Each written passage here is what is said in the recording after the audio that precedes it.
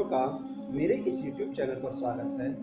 मित्रों, आज हम महाकवि भर्तृहरि के 8वें श्लोक की चर्चा करने वाले हैं। महाकवि भर्तृहरि ने इस श्लोक में बताया है कि जो मूर्ख व्यक्ति होते हैं, जो अपने आगे किसी की सुनते ही नहीं है, वो ये सोचते हैं कि मैं सबसे बड़ा जानकार हूँ, मैं सबसे बड़ा विद्वान हूँ, छोटा काम हो चाहे बड़ा काम हो, अपने को ही जानकार मानना, वो वास्तव में मूर्ख है। तो दूसरों की सलाह न माने, अपने हिसाब से सही है गलत अपने हिसाब से करता रहे। वैसे मूर्ख व्यक्ति अपने को जो सब कुछ मानते हैं, लेकिन जब वो मूर्ख विद्वानों के संपर्क में आते हैं, जानकारों के संपर्क में आते हैं, तब उनका नशा, जो मूर्खता का नशा है ना, कैसे उतर जाता है, कैसे वो विद्वान के संपर्क में आकर के अपने आप को गर्व रहित महसूस करते हैं। तो चलिए आइए देखते हैं महाकवि भर्तृहरि किस प्रकार समझा रहे हैं, क्या कहते हैं इस श्लोक में। इस श्लोक में देखिए शिखरणी छंद है, और शिखरणी छंद का जो लक्षण है रसई रुद्रई शिखरणी, अर्थात रस।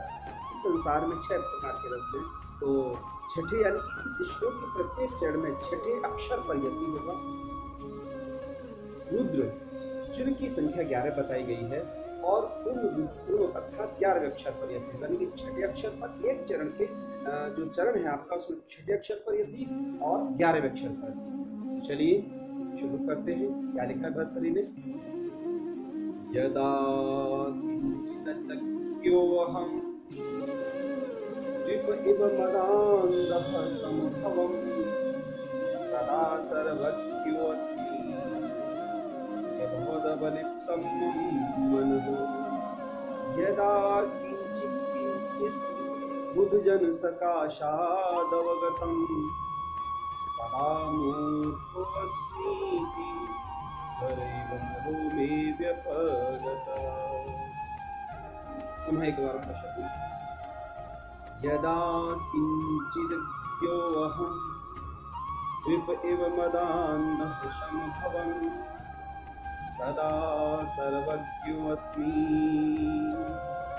यद्वदबलिप्तं मनः। यदा किंचित् बुद्धजन सकाशादवगतं तदा मूर्खोऽस्मीति ज्वर इव मदो मे व्यपगतः। अर्थात महाकवि भर्तृहरि कहते हैं, एक मूर्ख व्यक्ति के अनुभव को बता रहे हैं कि जब वो व्यक्ति मूर्ख था तब वो कैसा था, और जब वो विद्वानों के संपर्क में आया तब कैसा हो गया। तो कहते हैं यदा किंचित वो अहम, यदा माने जब किंचित माने थोड़ा, यह माने जानकार था। अहम मीन्स मैं, जब मैं थोड़ा सा जानकार था, अर्थात जब मैं थोड़ा जानता था, बहुत थोड़ा जानता था, कम जानता था, तब द्वीप एवं मदान्धः सम्भवम्, द्वीप हाथी, मद वाले हाथी के समान, मदान्ध मद से अहंकार से युक्त संभव हो गया। सभी कहते हैं कि मूर्ख व्यक्ति के जो अनुभव है, जो मूर्ख व्यक्ति जो पहले मूर्ख था, वो कहता है, जो कि विद्वान है, तो यदा किंचित क्यों हम, जब मैं थोड़ा सा जानकार था, किंचित थोड़ा सा, यह माने जानकार, जब मैं थोड़ा जानता था, तब द्वीप एवं मदान्धः, तो मेरे अंदर मदान्ध था, गर्व था, अहंकार था कि मैं सब कुछ जानने वाला हूँ। तो लिखा है द्वीप एवं मदान्धः, मतवाले के हाथी के समान मदान्ध हो गया था, मद में अंधा हो गया था। तदा तब मैं क्या समझता था अपने आप को? सर्वज्ञ अस्मि, मैं सर्वज्ञ हूँ, मैं सब कुछ जानने वाला हूँ, मेरे सामने तो कुछ है ही नहीं, मैं सर्वज्ञ हूँ। ऐसा भवद अवलिप्तं मनः, जो मेरा मन था वो इस अहंकार से अवलिप्त हो गया था, अहंकार से।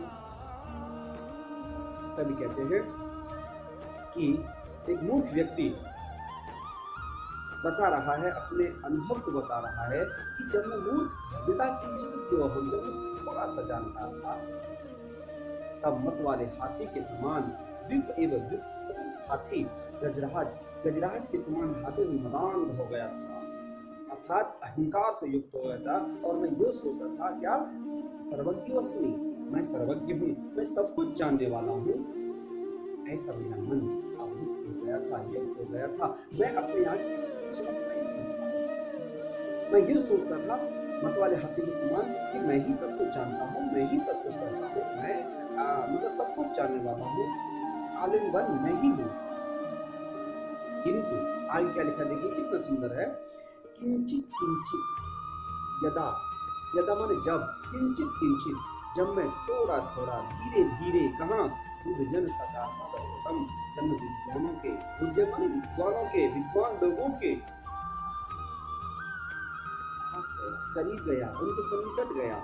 अवगतम जब मैं वहां पहुंचा, जाना मैंने, कुछ सुना, उनको समझा, जब मैं थोड़ा थोड़ा विद्वानों के संपर्क में आया तब क्या लगा, तदा, अब अंतिम पंक्ति में देखिए, तदा मूढ़ो अस्मि, तब उसे लगा मूढ़ हूं। जो मैं अपने आप को बहुत बड़ा विद्वान समझ रहा था, लेकिन अब जब विद्वानों के संपर्क में देखा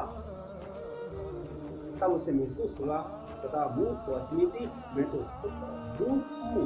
तो ज्वर एवं मदह, जो अहंकार का, जो अहंकार था मेरे अंदर, वह ज्वर के समान, तीव्र बुखार, बुखार के समान, ज्वर के समान व्यपगतः उतर गया, अर्थात नष्ट। इसके संपर्क में आने से विद्वान के, तो विद्वानों की संगति कुछ ऐसी होती है कि मूर्ख व्यक्ति को, तो लिखा है, तो ये सत्संगति का ही प्रभाव है कि मूर्ख व्यक्ति विद्वान।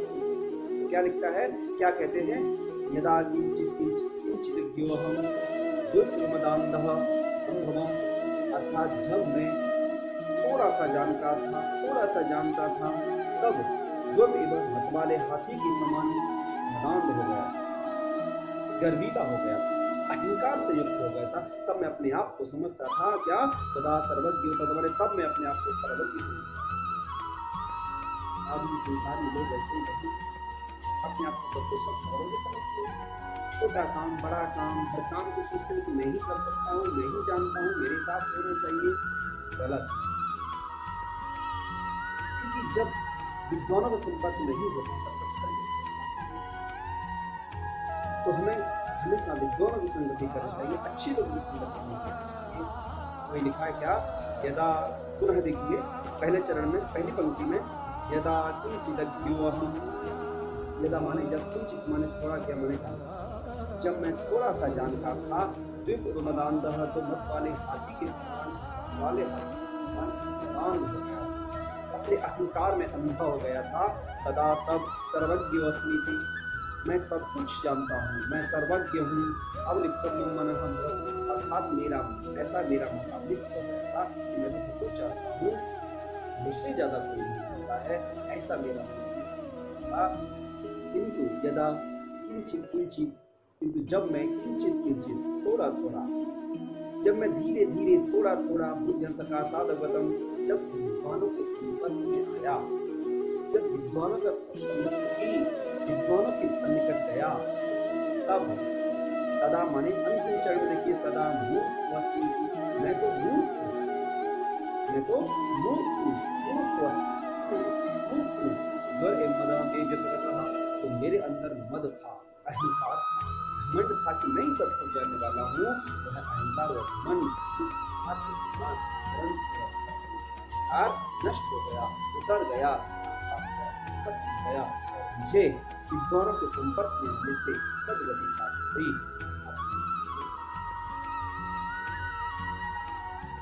इसलिए कभी भर्तृहरि का कहने का तात्पर्य यह है कि व्यक्ति के लिए जो अपने को सब कुछ मानता है कि मैं ही कर सकता हूँ, घर का काम हो, बाहर का काम हो, ऑफिस का काम हो, खेती का काम हो, कोई भी हो, उसे लगता है कि मुझसे तो कोई नहीं, मेरे भाई, मेरे बंधु, मेरे रिश्तेदार है, वो सब कुछ जानते ही नहीं, सब कुछ नहीं जानता, मेरे हिसाब से ही सब कुछ, मैं ही सब कुछ जानता हूँ।